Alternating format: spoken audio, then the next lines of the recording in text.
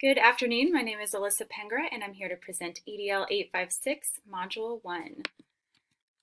So a little bit of information about myself. I live in Overland Park, Kansas, with my daughter Shaylin, or Shay for short. She is 14 years old. She's in 8th grade, finishing up her 8th grade school year. And we also have a dog, Tegan, that we adopted about a year and a half ago now from a foster organization. She is the greatest, easiest dog ever, so highly recommend if you're looking to adopt a dog to go through a foster organization, which I think is a little bit more under the radar than going to a shelter, but a great way to go about it. So then just some passions and hobbies of mine. One thing that I just was very recently able to get back into was hot yoga. That's kind of been on pause for the last several months with COVID, the yoga studio and all that, but able to get back into that. So that's been really exciting. That's definitely a passion of mine. I like hiking. I am very into the idea of holistic wellness, just approaching wellness from kind of that whole body approach: mind, body, spirit, exercise, nutrition, all of it. Social sciences, anything with anthropology, psychology, sociology, economics, all the social sciences. I just think that's a really interesting branch of study, and something I read a lot about. And then, of course, spending time with family and friends. We're a big Packer fan around here. A lot of my family is from Wisconsin, so shout out to Packer fans if there's any in this group. And of course, traveling, and looking forward to resuming more of that in the weeks and months to come. And also, because of COVID, actually inspired a new hobby of mine, which is running, because you don't have to go to a gym for that. You can do that outside. So that's something that I've been able to get into this year that I wouldn't have done otherwise, if not kind of out of necessity.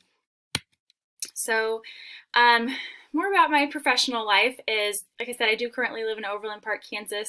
I am a school psychologist, which I have been for going on 10 years now. I work in the Blue Valley School District, which is also in Overland Park, Kansas. In addition to being a school psychologist in the buildings, which I have a couple of elementary schools that I work in, I'm also on one of my schools' building leadership team and the school psychologist district leadership team. Before I moved to Overland Park, I grew up in the Salina, Kansas area, and I went to Topeka and Lawrence for my degrees and through college, and just kind of slowly made my way east, and we're almost to Missouri at this point. I am enrolled at Fort Hays because I am seeking my school leadership endorsement, and for me, what I intend to probably most likely use it for is to transition into special education administration. So talking about forms of communication, which was what the articles were about for this module. Forms of communication strategies that I currently use as a school psychologist, I think is, definitely different than what classroom teachers are doing. For me, a lot of the apps and things that they're using are super unfamiliar to me. So like, I know Seesaw is a regular. I've never used it. To be honest, I don't even entirely know how it works. But for me, the big ones, other than in-person communication, are email. I use that a lot. Phone calls. I'm on the phone very frequently, whether I'm calling a colleague, coworker in another building from one I'm in, or talking to parents, or just other team members that way. Zoom meetings are huge. Wasn't at all on my radar a year ago, but since then we use this all of the time, whether it be for parent meetings or sometimes just, again, to communicate between buildings when we've got a group of people. I see this kind of sticking around even when, hopefully next school year, when things are more back to normal, we all hope. I see Zoom continuing to be used, not as frequently, but certainly it has been really helpful in connecting things in a more efficient way than what we were doing before. And then written reports. Again, I'm a school psychologist, so I have a lot of written communication that I do. So whether that's a report I've written up and it's now a PDF and I'm sending that to parents or other team members to review, or it's live in Synergy, which is our platform that we use. That's definitely a big way that I'm communicating really important information to various stakeholders. And then I put Google Docs because this has been something the last few years that we really use. And what's nice about that is we can all be working in the document at the same time. We can kind of see live each other's updates. So it's really turned into, at first when I started using it, it just seemed like another version of Word. But now it was Google, but it's really evolved beyond that. And it's really a communication tool because of that live update feature, how we can all share that and be working on it at the same time. So all of these resources and tools are provided for me. I've not had to purchase anything myself.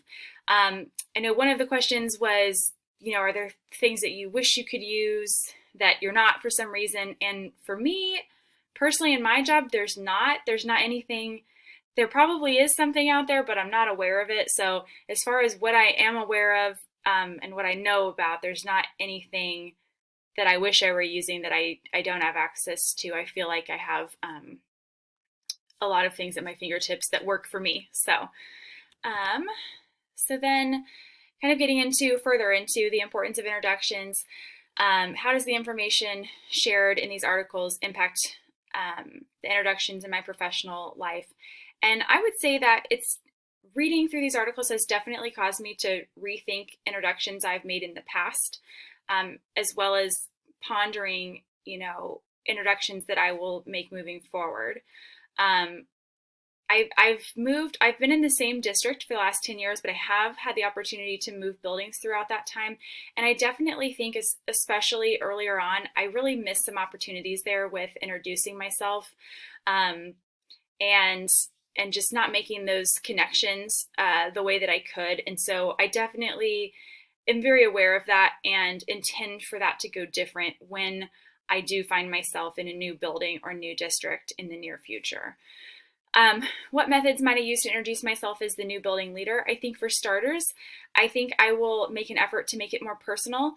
That's something I've always held back on at work. I tend to be a little bit more of a private person, especially at work and especially maybe in a large group context.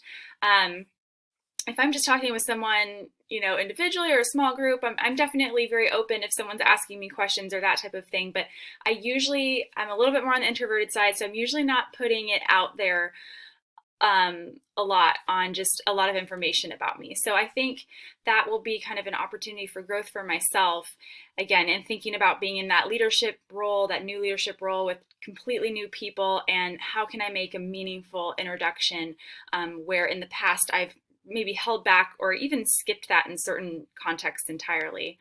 I think I like the idea of talking about what we hope to accomplish through our job and through our role and what we're good at solving, and kind of bringing that to the forefront. And I think focusing on aspects of the job that you are passionate about is important. I think that can certainly provide that enthusiasm when you're introducing yourself. If you can focus on, there's certainly we all have aspects of our job that we don't love, but if we can focus on what we are passionate about, I think that could make for a strong introduction. And then following a set of district strategic policies for communicating effectively, there's not any policies for that I'm aware of. Again, there might be more specific things that teachers are aware of and maybe certain expectations, but in my role, what has been more emphasized, and not in any formal way, but just over the years, different things, is professional communication. And I think particularly in the world of special education, unfortunately, kind of being very cognizant and careful of what you say, especially what you would put in writing. I know my previous special education director always said, never send an email that has anything in it that you wouldn't be comfortable with being on the front page of the Kansas City Star.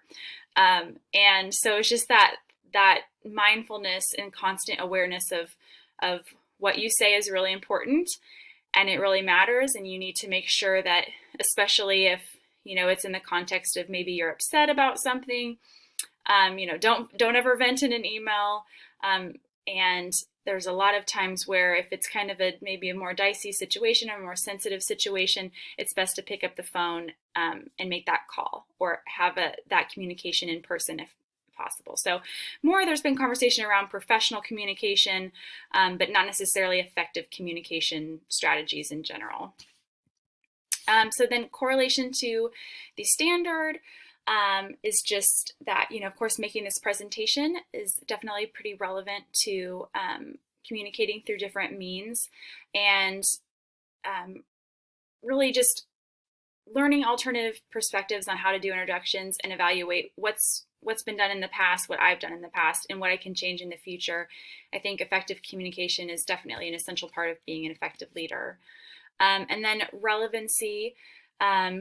It's definitely relevant because as a future building leader, we're going to have opportunities to make new introductions in new places, and first impressions can really set the tone and either help you get off to a great start, or on the other hand, a bad first impression can take a lot of time and effort to overcome and to make a better second impression. So I think the articles we reviewed for this assignment did help me gain a greater understanding of the importance of introductions, as well as ways to make them more engaging.